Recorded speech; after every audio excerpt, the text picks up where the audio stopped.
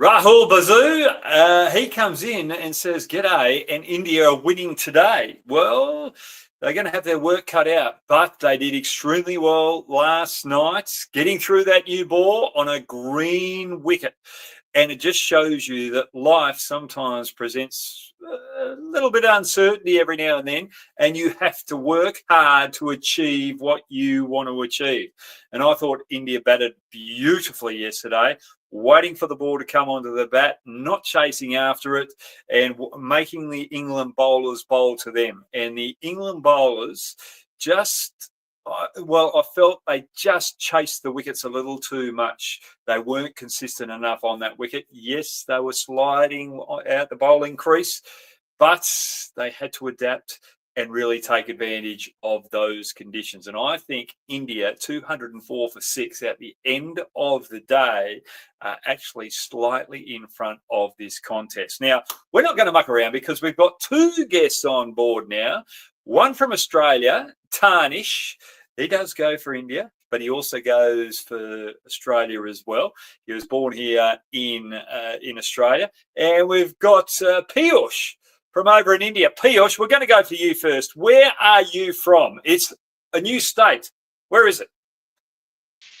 So I'm from Chhattisgarh. It's located centrally in India. So yeah, I'm part of that. Right. And any big cricketers come from there? Like only few players. Like one of the players I remember is Chauhan. Like who has batted back in 90s. Not many cricketers from the state, as the state got newly formed in 2001. So that's the reason very less cricketers managed to up the level in international cricket. Well, that's good, and I'm glad you got your audio sorted out there as well, because it was a bit echoey, but now we're on song, so don't change a thing there. Tarnish, you're from Australia. Now, do you go for India or Australia? Oh, I mean, I go for both teams, but I go for, India when they play Australia. All rightio. Okay, and you're born in Australia. What do your Melbourne friends think of that? Well, good question. Actually, they find it quite interesting. I mean, they know that I can support two teams, but they basically didn't know that I'd support India over Australia because they questioned me a lot in the past. Right. And what made you get involved in cricket? Well, I think it's been in my roots for a long time. So I started watching cricket when I was very young. I think 2007, 2008 Test series is the first series I watched when Australia played India here, and basically, I started liking cricket then. I think I played cricket at home with my parents at a young age when I was like 4 years old. So just for a very long time, basically. Yeah, 2007, 2008, you would have enjoyed that going for India because Sehwag was absolutely belting me all over the park then. It was great. Yeah. Piyush, what made you get involved in cricket? So back in the days of 90s, I would rather say, I remember during 1996 when I was just 7 years old. So I was, getting my interest towards cricket, and from the knock of Sachin in Sharjah, right? So those days when India used to play in Sharjah, Pakistan, and other few countries. So that was the time my interest in cricket got peaked. But the time when my cricket journey has really begun was under the captaincy of Dada in 2000 when he took the charge of Indian captaincy. And after then, he just converted this Indian side to a winning side, beating Australia in India after coming 16 tests unbeaten. And, it was like going on a roller coaster ride all over the world, Steve of team, and beating that side was big of a toll for the world cricket. And after that, Network Series 2003 World Cup final. So, my interest in cricket just kept on going and going, because of such great captaincy and great team. So he has just not built a team; he has built the leaders, and after that, you would have seen the fruits of that captaincy, and the players went a very long way. So yeah, so that was the time, and I like a couple of years back, I also started my another sports channel called Sports Day. So I try to put my bit of analysis during some trophies and all. So yeah, that's one of the hobbies I keep doing it. Oh, that's fantastic. And I go back to Ganguly. When he took over the leadership, he really tried to wind the Australian players up, especially. And he knew that that was probably the toughest contest that he was going to face. And he really did disturb Steve Waugh there for a bit, especially with the way that he made Steve Waugh wait for the toss of the coin, come out not in his coat, little things like that. Just the etiquette of the game. He really challenged it. Now, just before we get into the questions and we really start talking about the game last night, Tinley Bhutia, he pops in and says, Overton was pathetic without Wokes. England will be under pressure to pick up 20 wickets. Oh, I reckon they will be under pressure to pick up 20 wickets. And I think India are going to have a good run at it in the second innings. So good little point there. Anyway, last night I looked at that wicket and I couldn't really work out the pitch apart from where the stumps were. And Anupam's on, actually. Here we go. Why didn't you play in the WCL for Australian champions? Could have been good reason with your Aussie teammates. Like, I'm 54 years of age, can't get the shoulder over at the moment, so just leave it to the younger guys. But anyway, let's get back to the test match. I looked at it, stumps on the pitch. That was the only way that I could tell there was an actual pitch out there. Tarnish, were you surprised with the wicket that England produced last night? We'll go to you first. Well, I wouldn't say surprised. I mean, I think I was expecting like something like that to happen because the batting. So basically, at the Manchester Test on the final day, you saw that England were a little bit frustrated towards the end. So I think I had a feeling that they'd make a wicket that would suit them and try and get them early wickets. So I expected them to make a green top at some point in the series, and it came to the last Test match after Stokes and the others were very frustrated. So I'm not very surprised about it. I expected this to happen. Piyush, I like your answer too, Tarnish. Piyush, what do you reckon? So, are you asking about the first day how it looks like? Yeah, absolutely. Yep. So I think so. India is. I would rather say that because India is batting first, and it's a fresh pitch. Although it's a green top, but I would say right now India is looking a bit behind because average first inning score is bit subpar 330. But considering that this is a green top, I still would like India to go above 300. Then only India can be a bit on a comfortable side. So at this point of time, England is ahead of India, but yeah, India needs to start really well today to get their hands on. Yeah, I was looking at that pitch and I was surprised that they didn't continue with Tarkor.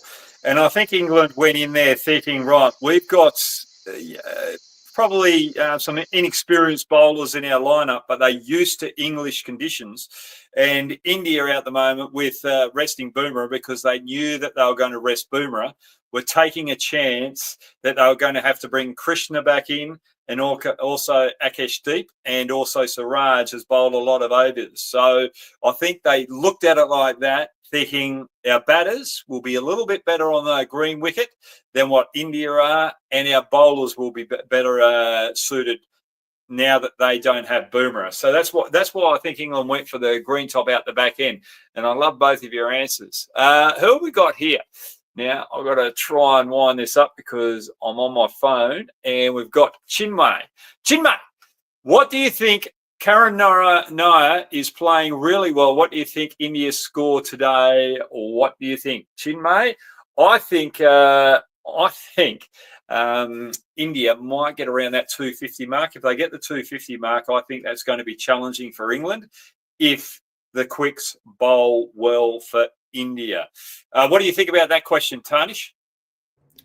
Yeah, I agree very much. I think Karanaya has played very well on this sort of wicket. He survived the whole day with the rain coming down, which was a big factor yesterday. And he played some very good shots, left some good balls as well. The ball was swinging a lot and bouncing a lot, so it was a big struggle for him in I think one of the test matches where he edged to slip a couple of times and got out to that. I think he's played beautifully, and I think if he continues on today, he'll probably get a really big score. Yep. What about you, Piyush? Yeah, absolutely. I think so. Karuna has been stood out today. Really, it was immense pressure on him because he's coming back to this Indian side after 7 years long break, and just after first 3 tests where he had showed a glimpse of bit of a good start, but he could not convert those 20s and 30s into big runs. And I'm expecting that I'm hoping finger cross, in fact, that he converts this 50 to 100 so that at least he is around the players who can get into those 11 and not just sitting out in a dugout. So I think so today is very, very important day for India. In fact, the first session, how India starts this session, because very key thing to remember that those 2 players are the only key. After that, the tail enders will really start. India doesn't bat very deep like England or Australia, right? India would be having these 2 players as whom to bank on, and they have to keep it really well in the first 10 overs, because we know in England when such breaks happen, so there is a very big chance of taking such quick wickets. So India needs to start really well today in the morning, and let's see how it goes. But as I'm saying, 300 plus is something at least India should be aiming from here. Yeah, it's going to be difficult. 204 for 6, and Sunday and one of them out. Then it's going to be tough work. One thing I really loved about Naya is the way that he was playing late, and the way that he wasn't troubled from previous Test matches. He'd worked on those weaknesses outside off stump, like Tarnish has just alluded to, and he's really starting to have a little bit of success there. And I think it's great that India went back to him instead of Thakur, because I think you needed a frontline batter in there, especially with a couple of all-rounders there. So you've got 2 spinners that can do the job from one end, allow the quicks to operate out the other end. I think they've got a better balanced team today, and they haven't bowled Thakur that much through the series, but I still think they might have been able to go with Thakur on that wicket rather than Sundar. But Sundar making 100 and adding that batting depth probably got him over the line. Just one thing last night too is the run out with Gill. Now you've got Satarasan out the other end, who's just young to the Test arena. Gill pushes it out to 1. I just think that is great courage by the young man to say, no, there's no one there. And Gill was left stranded. It was Gill's fault because there was probably no one there. He didn't realise the athleticism of Atkinson, and Satarasan did. I think that was a big moment in this Indian innings, and if I look through the series, there's just little moments like this which have probably put them on the back foot. If they control these moments, they would be in a better position right now. What do you think about that, Tarnish? No, I agree with you. I think it's like you said, little moments like this that have pushed India. It may give India a setback, and I think that run out, along with like moments like where Pant got run out as well, it probably cost India a little too much. And Gill shouldn't have run to begin with. I think he should have just like stayed there and continued on piling the runs, because he was in good touch for a while until that run out. So yes, moments like this where India could have actually could have been on 4 for 240 maybe at stumps rather than 6 for 204, pending on the rain. So it's moments like this where India have had a bit of trouble in the series, where little things have cost them opportunities, and it's probably cost them the result as well at times too, where they should have won. Yep. Piyush? So sorry, what was the question? Yeah, the Gill run out yesterday. Do you think that's going to be big and costly? Absolutely. So it was a big brain-fed moment, to be honest, if I would have understood. So it was never a run, and it was clearly a Gill fault. And I know that such moments can happen in cricket, but considering how the series have went and how India batting looked, Gill was a big player in that at that point of time, because he was looking settled. He scored around 17-20 runs, and he has a very much tendency to play big to score big runs in the first inning. And considering he has also some milestones also, like for example 974 is the highest run ever being scored in any series, and that's what by like a Don Bradman, right? So that anyway, that record cannot be broken, cannot be broke now, but he still have chance to break his highest total in captaincy, right? So that is around 818, around that 810 runs. But Yeah. apart from milestones, what I really liked about Gill was his compassion, his composition.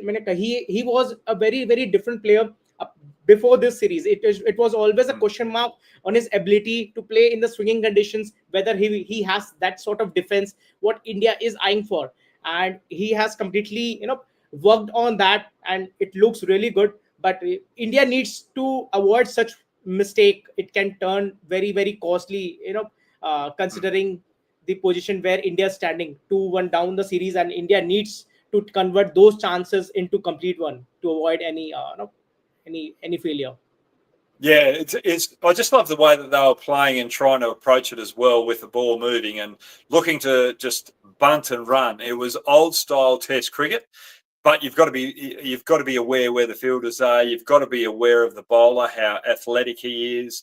And when there is a loose ball, that's what I love about the Indians at the moment. When there's a loose ball there on offer, they're going after it. So I think they're playing the conditions perfectly at the present moment. Now let's go to your questions. Tarnish, we'll go to you first.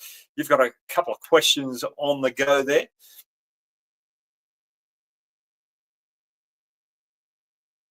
Oh, we've got a little bit of a break here. Tarnish has got a little bit of a block there. But while we're waiting for Tarnish to get on board. Yep, there you go, Tarnish. Go for it. So I do have one question that probably would be a big debate. But do you think, like, on this sort of wicket, like India would have missed an opportunity by not selecting Bumrah and Arshdeep Singh on this sort of wicket, or did they actually make the right call considering there's a bit of bounce? So Prasad Krishna was the right option. But should India have selected like one or the other for this sort of Test match on this sort of wicket? Yeah, I think Arshdeep Singh, I don't think he was fit for the previous Test match. I think there's still a question mark over him as well. Even if he's fit right now, has he been doing the work to be able to play in this particular Test match? If he was fully fit, he would have been ideal on this wicket. Swinging in as a left-hander with that Jukes ball and the way it's seaming, just perfect. You need a left-hander, left-arm pacer on this attack. So for me, I just think there might be a fitness cloud over the top of Arshdeep Singh. That's why he's not playing. Bumrah, they said that he was only going to play 3 Test matches. India put all their eggs in the one basket in that 4th Test match. They're hoping that Bumrah is going to make a huge impact. It didn't quite happen there. India didn't make enough runs in the first innings, so they were under pressure there. But I think moving forward with the bowling attack that they've got, I really love the way that Siraj is going. He attacks a good line and length. He's been very unlucky through this series. I think he's going to get rewarded with some big wickets in both innings in this particular game. Akashdeep will be perfect on this wicket. You know that if he hits those areas, he can get it to seam. I think he's perfect for the new ball. The big problem is Krishna. Can he get his length right? I just think he's been asked to bowl too short sometimes in this series. He's not really a bouncer bowler that can continue to bowl bounces to the opposition batsman. He's got to be up there on a good length and use that strength of the extra bounce with a bit of seam movement. So he could probably be a little bit fuller than what we normally see what a good length is with the other bowlers. So he's probably got about a metre that he can pitch the ball up. And if they can execute well, those three bowlers, England are in trouble, especially in the first couple of days, especially with the wickets still green. So, yeah, good point there. And yeah, again, I'll go back to the point that I made earlier. England have gone right. We can't afford to draw this game. We've got to win this game because India are a chance of beating us if we produce a flat wicket, and they're not going to play Bumrah. So let's back ourselves here. So I like the mindset of England in that regard. They're backing themselves, even though they've got a new bowling contingent in there. So I just love the positivity there of England. And you've got to have that positiveness when it's a game like this. You can't be playing for a draw. You can't produce those flat wickets because it could turn around and bite you in the backside, especially with a team like India who have got two quality spinners, and England don't really have those wicket-taking spinners. So it's really good. Piyush, let's hear from you. So considering the London Oval wicket, right? And we have seen, I think so, the last test which happened in this London Oval was somewhere last year, right? It was between England and Sri Lanka. And I was checking the score line for that. England could be like England have scored 325, and eventually, I think so, Sri Lanka won that match, and considering the average score, so average score in this particular wicket is 333 in the first inning.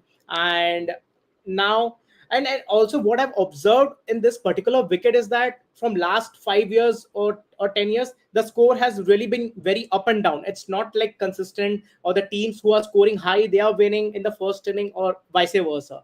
So what do you think? So considering the green top wicket which has been provided for this particular match, what do you think? So the first inning total, India should at minimum target so that they hold a strong position in this test match. What do you think so? I look at the present moment where the game is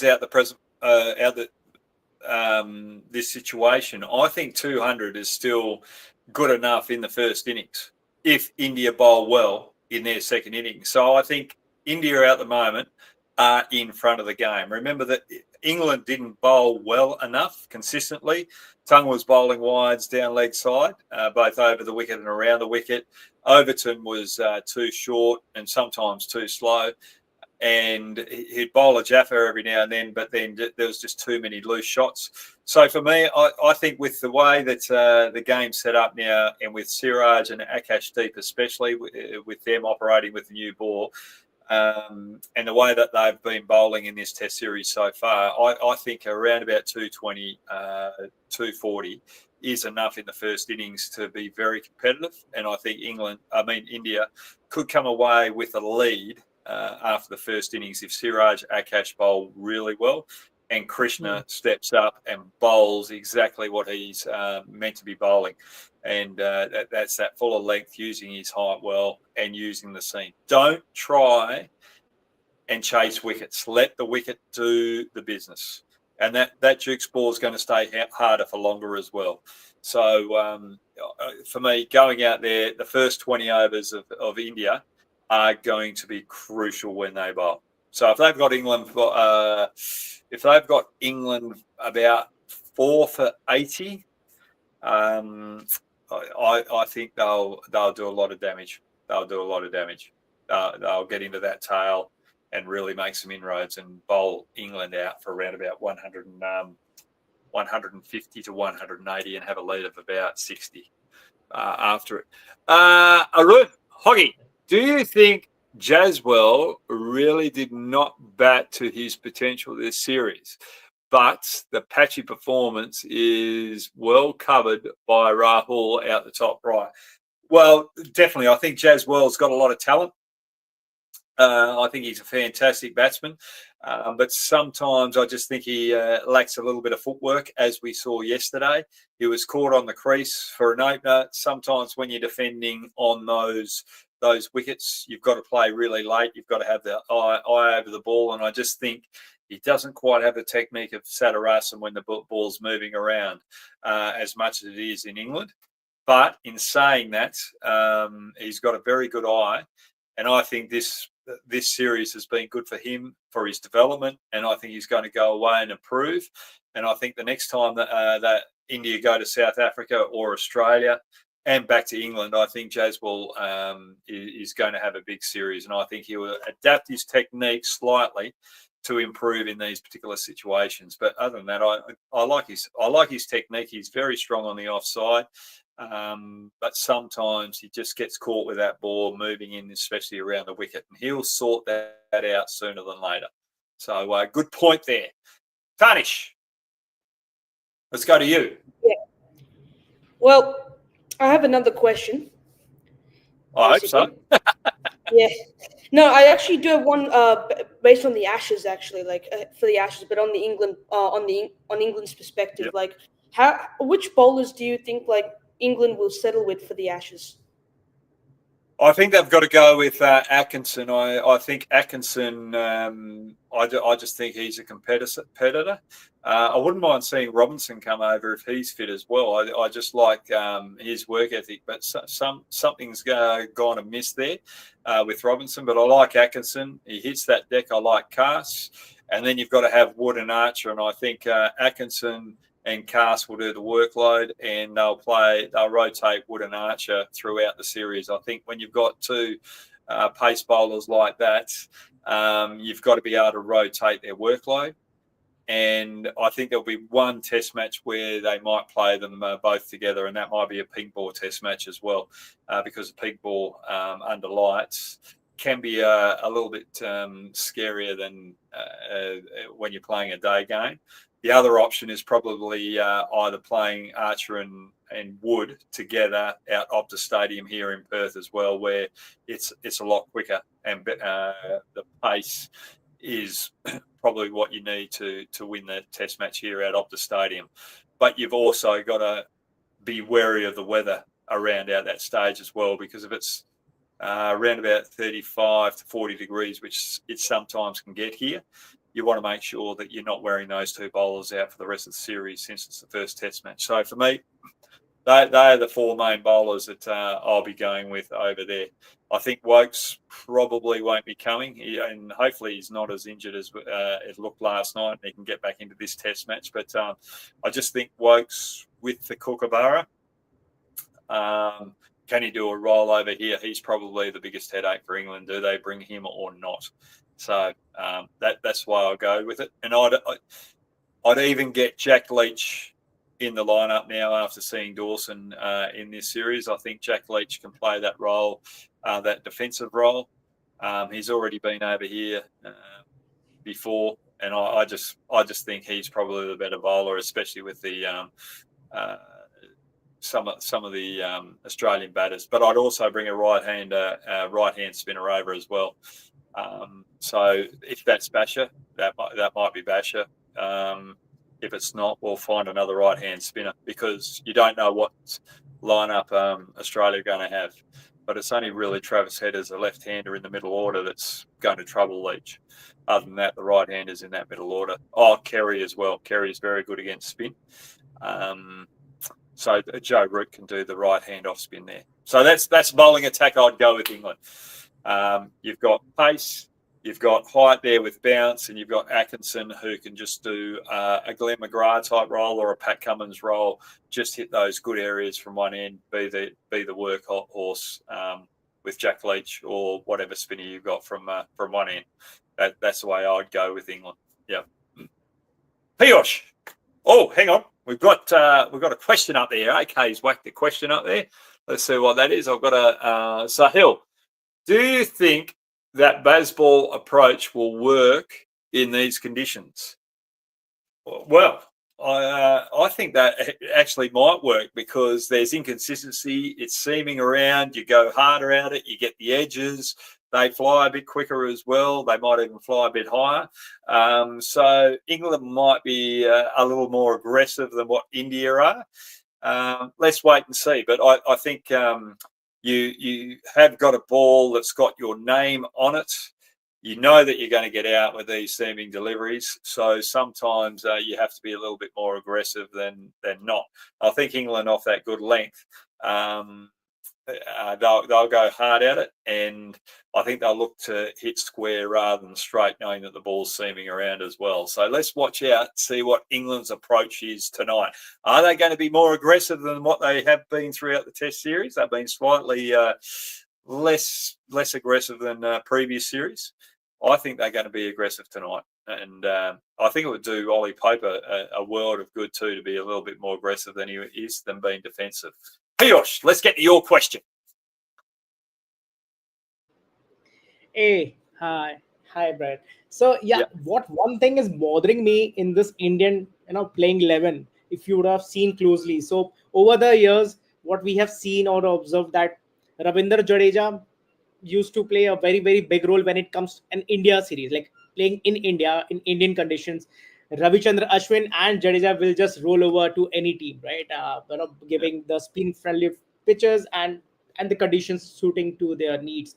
And we have always seen that Jadeja and Ashwin, they have found a bit of a challenge when it comes to Sena countries, South Africa, England, New Zealand, or Australia, and they always try to make like their place is always a certain because they give a bit of a batting cushion, batting depth. But what really bothers me that if you are coming as a bowling all rounder, how can you be certain? How can you get a chance in a playing 11 just because you do a very good batting? It's like you are a bowler. Okay, I'll pick you in the team because you can bat. But if you're not doing good as a bowler, then do you even get the playing 11 call? So my question to you over here is that, considering Sundar and Jadeja, they both are very very similar, not like in terms of what they bring to the table. For example, Sundar also bat really good. Jadeja also bat really good, but they batting good because they are a bowling all-rounder. You are not. We are seeing their batting as a bonus. We are not seeing the batting as the batting all-rounder because they come as a bowling all-rounder. But when it comes to the bowling, both of them is not very ideal in such conditions. So given we already have Kuldeep Yadav in the bench from last 7 to 8 years, he has just played 15 matches in the international test cricket and only one test match in Sena countries in the last 6 years. So given such track record, what do you reckon? Why? Like, I know India wants to bat deep. That's the only reason they are keeping Kuldeep Yadav away. But do you think so? That is very very bad call because let's say considering this test match also, we know that Washington Sundar and Jadeja was into a very good form with a bat. Why India needs to bat at 8? If they would have got Kuldeep Yadav into 11, yeah, I know like green pitch was also played some role for decision into this test match. But before this test match, also India stick with such combinations. So what do you think so?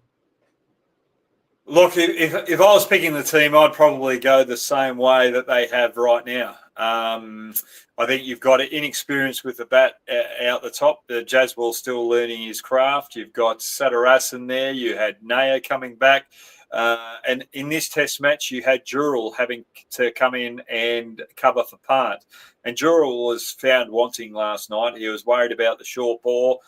Nearly got out LBW, and he wasn't even watching the ball. He was looking at the covers and trying to get off strike rather than watching the ball all the way. So I think they've made the right decision. But the other thing is you've got to ask yourself, is Kuldeep going to make a huge impact in England on the flatter wickets when it's not turning as much? And I think with England, the ball's got to be turning a little bit more than what it has been for Kuldeep to play over there, because England are very good sweepers. They're good users of their feet. And I think Jadeja and Sundar are very crafty, a little bit taller than Kuldeep as well, get that bounce, but can attack the stumps a little bit easier than what Kuldeep does. So I think they've made the right call in this particular series in each test match. As much as I want Kuldeep to play in every test match, I don't think he's going to have the impact of a Shane Warne.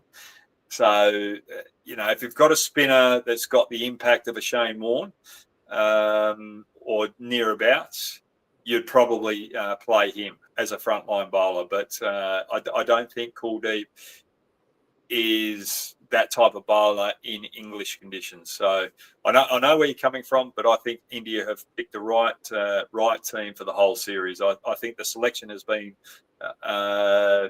A-class. They've rotated Bumrah.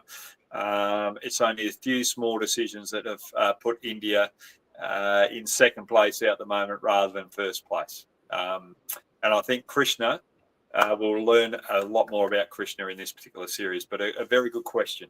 Very, very good question. And I'll see where you're coming from.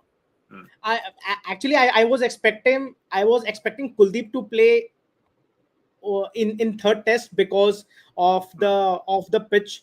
I know that this condition is completely conducive to fast bowling, but third test match where in Lords there is always a very good tendency to have the spin friendly, and the thing was with Kuldeep is that if you're a wrist spinner, you take pitch out of the equation. You don't need a pitch, and you are also a leg spinner. You know better than anyone else around, right? So Yep.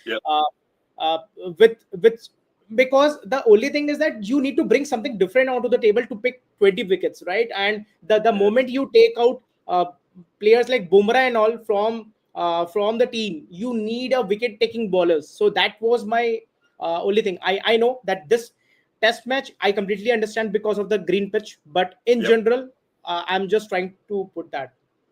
Yeah, the other thing is too, Kuldeep might be in the nets and still not gripping the ball as well as a Kookaburra or a SG, because sometimes those Duke balls can be a little slipperier or slippery, so you can't get the grip on it to get the turn on it. Oh, we've got a little bit of lackadaisy here. Tarnish, can you hear? Yeah, I can hear you. Hear me? Yes. Please. Yeah. Okay.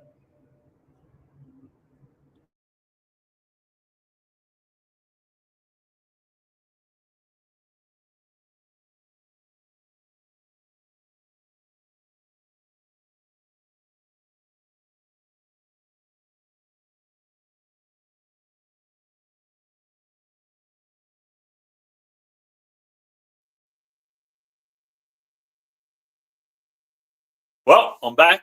Hopefully you can all hear me. I don't know what's happening in the background there. Well, I just popped in and out. How we going, guys? Yep, Tarnish, have you got your next question? Yeah, I do. I do want to ask, we've seen like I think before the BGT, but also during the BGT, that India's number 3 hasn't been secure. We saw Devdutt Padikkal and Shubman Gill batted 3 at times, but they struggled to score runs. And then we saw in the England series, Sai Sudarshan had to go. He made 30 in the second innings after struggling in that first test. He's made 60 in the last game, and now he's made 38. So do you think Sai Sudarshan will now be India's potential long-term number 3 batsman, or will they go for someone experienced like Karun Nair for like the next India series? Because Sai Sudarshan's a younger player, and you need younger players like in the future. So do you think Sai Sudarshan is the perfect long-term number 3, or will they go for someone more experienced? Sai Sudarshan, definitely stick with him at number 3. I think he has been the bee's knees. I love the way that he is playing late. He's waiting for the ball to come under the eyes. Yesterday, when he got out, it was just a beautiful piece of bowling. The ball nipped away, got the outside edge. He could not do anything about it. And the previous balls to that did exactly the same.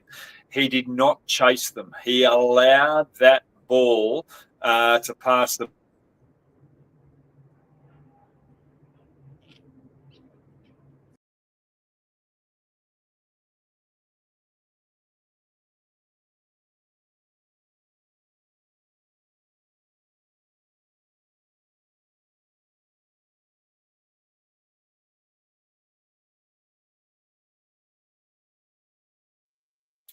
Well, with that, we're back. And for me, we'll continue with that. So Sadar Arasan, the way that he leaves the ball is phenomenal. And for me, I think Satarasan is definitely going to be the future number 3 for India. I think he's probably one of the most talented number 3s going around in world cricket at the present moment. So out of all the youngsters. So for me, stick with Satarasan.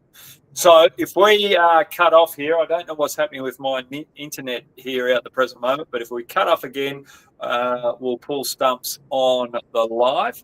But thanks very much for joining me, everyone. If you want to join me like these two, Piyush and Tarnish, make sure you fill out the Google form. Piyush, let's get to you, please. Yeah, absolutely. So, my next question over here is like, how do you rate Shubman Gill captaincy in this Test series? I know there was a lot of pressure on him to take the side further after losing back-to-back Test series. So, back-to-back Test series not under his captaincy, but yeah, under someone else. But how do you rate Shubman Gill captaincy in this Test series and future prospect? Yeah, I think he's been calm, composed. I think he's led well. And yesterday, it was tough conditions for India to go out and bat, and he went out there and led extremely well. And he got run out. He had a young player out the other end, Satarasan. He could have said something about it, but he just walked off and just composed. And I think the other thing is the way that he held his ground out Lords when both players were looking for their hundreds in Jadeja and Sundar. I just think that just showed strength. So he's got strength. He's got capability moving forward. I love the way that he organises his field out in the middle. I think he's going to be a very successful captain moving forward. He's a young captain as well. And to have England 2-1 in the series in the fifth test match, that just shows that he's in control of this team. Have you got another question there, Tarnish? Can you hear me? Yeah, I actually had that exact same question as Piyush, but I'm just going to ask a different one now. Yep. I want to know more about what was it? So I wanted to know what your thoughts are. Okay.